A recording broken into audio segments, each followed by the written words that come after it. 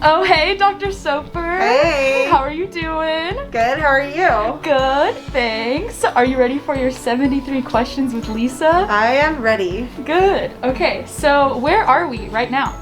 We are in my lab at the University of Dallas, where we study snails and coral, and we also use video footage from the deep ocean to examine biodiversity. Awesome, cool. So you kind of talked about it a little bit, but what about this place makes it special? Well, there's a lot of things, mostly my students. I love the students here at UD. They are excellent, and I can a lot of times get graduate level work from them because they are very dedicated and very intelligent, and they're really good at critical thinking. So this bench, in fact, is my student Natalie Villafrancas, and she is in the process of doing a molecular study on coral right now. Awesome, cool. So what is your official job title? Assistant Professor of Biology. Cool. And what are your specialties in biology? So I'm actually an evolutionary biologist, so I was trained in that field at Indiana University. But I have expanded most recently to include ecological parameters as well. So I would say ecology and evolution. And I also have some of my dissertation focused on animal behavior. So my PhD is actually in ecology, evolution, and animal behavior. Whoa, cool. Yeah. So what, you kind of touched on it a little bit, but what research are you currently doing? So I have multiple different projects. One is examining coral growth and gene expression in an endangered stony coral species from the Florida Keys called Orbicella fabiolata. And then I have an ROV project in collaboration with NOAA, which is the National Oceanic and Atmospheric Administration, and a computer company called Sea Vision. So we're working on machine learning and intelligence, trying to develop a computer program that will help us better analyze video footage that has been taken from unmanned submersibles in the deep ocean. And I have two students working on that right now. And out of that project, I actually made a connection with someone at the Smithsonian Institute, Dr. Karen Osborne, who has a few unnamed species as of yet. They are deep sea worms. And so I have two students that are working. They chose two of her samples, and they're working to actually name and describe those species. And then I do have a whole other work on my snails. So I have collaborators in Michigan where we examine the distribution of snail species and their parasites. And my dissertation work was completed in a freshwater snail from New Zealand, and I have done a lot of reproductive work with them. Those two projects are a little bit more on hold right now, but they will be picking back up. In fact, I just received snails today from a collaborator at the University of Iowa. And so we will be using those in order to document their genitalia, which we actually need our SEM for, so our scanning electron microscope upstairs. Whoa, cool. So do you want to take a walk around? Yeah, awesome. Sure. So do you remember the first experiment that you ever did? Oh my gosh, that's a really good question. The first experiment I ever did was in zebrafish.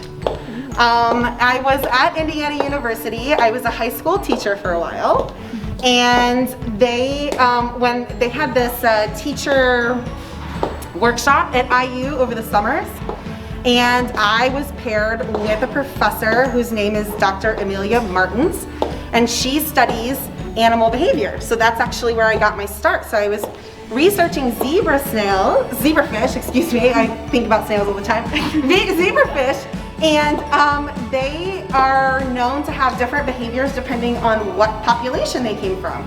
So my very first project was actually documenting behavioral differences among the different populations that she had in her lab. Oh, that's so cool. Yeah. So you mentioned already a little bit, but where did you go to undergrad and then grad school? Yeah, so my undergraduate degree was from a small liberal arts college, a lot like UD, in Indiana. When I went there, it was called Tri-State University, but because it kind of sounds like it's a state university, which it is not, they renamed it after I left. It's called Tryon University. It's in Indiana. So that's where I got my undergraduate degree, and then I also actually have a master's degree from Indiana University Northwest in business. So I also have an MBA. I know. And then I went down to Bloomington to get my PhD in biology. So. Wow, that's awesome. Can you tell us a little bit about where you grew up?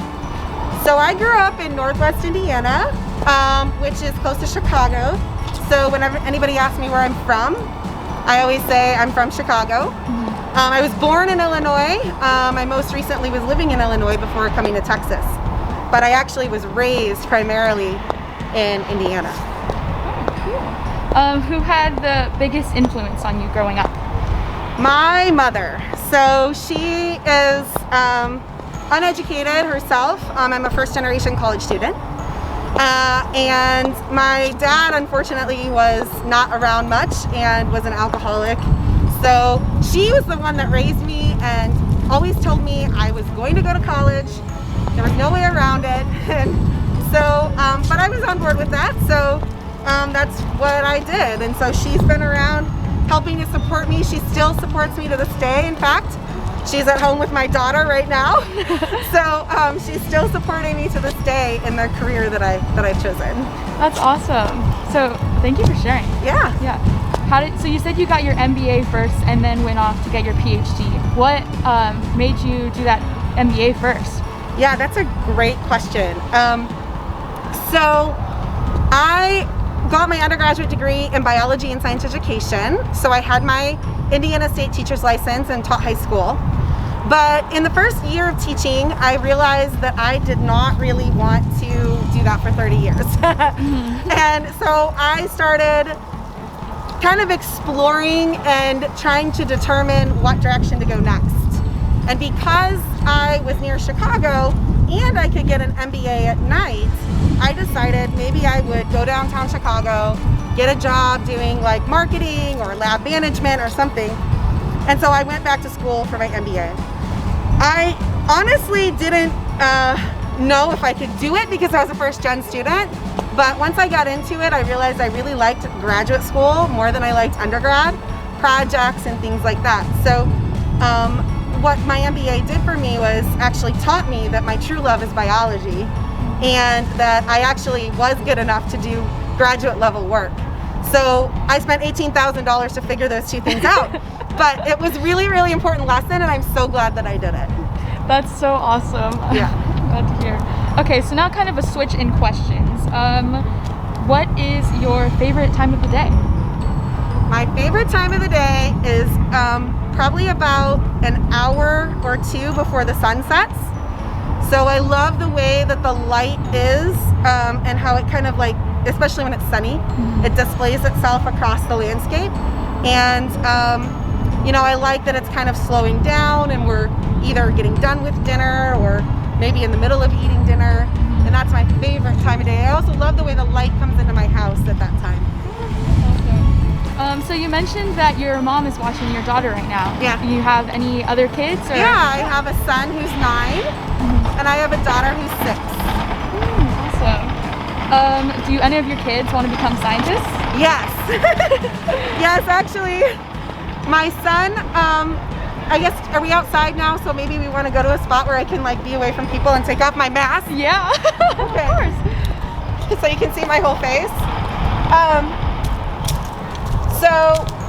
Oh wait, you don't want to be in the light, so come on over here. So I have a son who is interested in becoming a chemist. He's always told me, he said, I want to be a scientist, but I don't want to be your kind of a scientist, Mom. And he loves the periodic table and he loves studying all the different elements already as a 9-year-old. So I said, go for it, you become a chemist. And my daughter, from the time she could even talk, has always said she wants to be a veterinarian and she wants to do horses. So she's actually in horseback riding right now. I started her when she was 4 because she is very into large animals. So I wouldn't be surprised if she becomes a large breed veterinarian. Wow, that's so awesome. Yeah. What is the best trip that you've ever been on? Oh, that's so hard. Why did you have to ask me that question? I've been on so many good trips, especially since coming to UD. Of course, I would say my favorite trips are with Dr. Churchill and my students. We've been to Costa Rica and Belize, and actually in January we're going to be going to Big Bend. We can't travel outside of the country right now, but we decided we would do a driving trip to the Big Bend area and do a tropical ecology and eco-psych class outside there. So it'll be socially distanced and outside. So those are my favorite trips, probably. I can't pick one, but Costa Rica and Belize. That's awesome. Whoa, okay. So what is the best compliment that you think you've ever received? Oh, I don't know. I would say, so actually, this morning, I've been off campus for 3 weeks because we had a brush with COVID at my house. And when I walked into my office this morning, there was a note from an alumni, who I won't name here, but she said, "Thank you so much for teaching me the power of vulnerability." And that, I think, was probably a pretty big compliment. Wow, that is so beautiful. Yeah. Oh, good. What does a typical school day look like for you? Well, I usually, so it depends on the day, but on Tuesdays and Thursdays I try to get here real early. So it's my favorite thing to do is get here at like 8 a.m. Campus is quiet, and I go into my office and I lock myself in there and I do writing. So I write up a lot of the projects that my students have been working on, or I've been working on, and I submitted a paper 2 weeks ago, and I'm hopeful that my collaborators will want to submit this paper. We're in the final stages of this week. So it's kind of a quiet time. So on Tuesdays and Thursdays, and then the rest of the day I teach. And then on Mondays are my research meeting day. I meet with collaborators, I meet with my students, I teach a lab. You know, it's all about lab stuff on Mondays and Wednesdays. And then Fridays are the days that I get caught up and I grade and I prepare for the next week, and I write letters of recommendation for my students and alumni. Wow, sounds like a really busy week. It's busy. It's really busy. So I heard that you were a cheerleader in high school. Can you tell me a little bit more about this? I was a cheerleader in high school and in college. Whoa. Yeah, I have pictures of me flying up high, you know, with the stunting. Yeah, so I started in 3rd grade, actually, cheerleading. And it really helped me to learn a lot about time management and organizational skills that I actually use still to this day. And also I formed some really great friendships. I'm still friends with 3 of my friends from high school, and we luckily got a trip in pre-COVID. We went to Florida together to kind of catch up, and I've been friends with one of them since elementary school and the other 2 since middle school. So it was the cheerleading experience that really bonded us, and even though we're in our 40s now, we all still are bonded. So it's great. That's so beautiful. Yeah. Good. So you mentioned a little bit about COVID. How has that affected your research?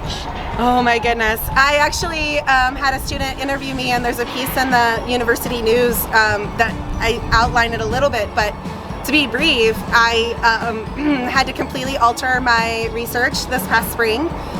We were primarily doing DNA extraction and all of that good stuff in the lab, molecular work, which could not continue in the spring.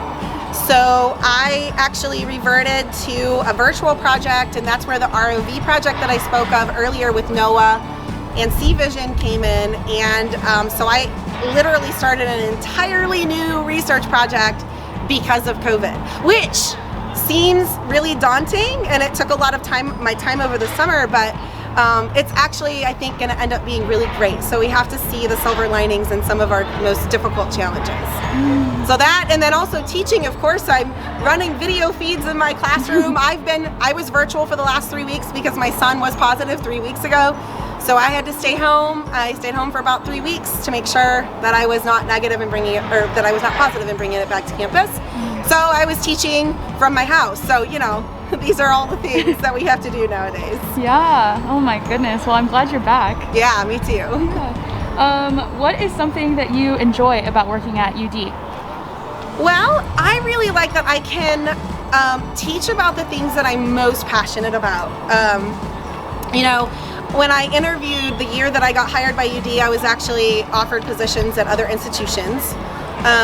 But at UD, I was able to do the research that I was really passionate about and also teach the classes that I really wanted to teach and I had expertise in. You know, sometimes when you're on the job market, you kind of have to stretch your area a little bit to make it fit. And when I came onto UD's campus from the very first day, I felt like I didn't have to make it fit. It just was home, and it already felt like a nice worn-in glove. So that's why I was able to really hit the ground running when I came here. Yeah. Wow, that's awesome. Good. Do you want to continue walking a little bit? Sure. What is something that you like to do on your free time? Oh, well, two of the things that I really love, which I don't get to do all that often, although I'm picking up one more often, is horseback riding myself. So I started riding when I was in my 20s, got me through some really difficult times in my life, and put it down when I had my son. So I didn't do it for about 10 years, but now that my kids are a little bit older, I actually started 2 months ago riding again, and it's incredible. So Thursday nights are my nights to go to the barn, and actually this Saturday I'll be going on a trail ride with my trainer, so I'm pretty excited about that.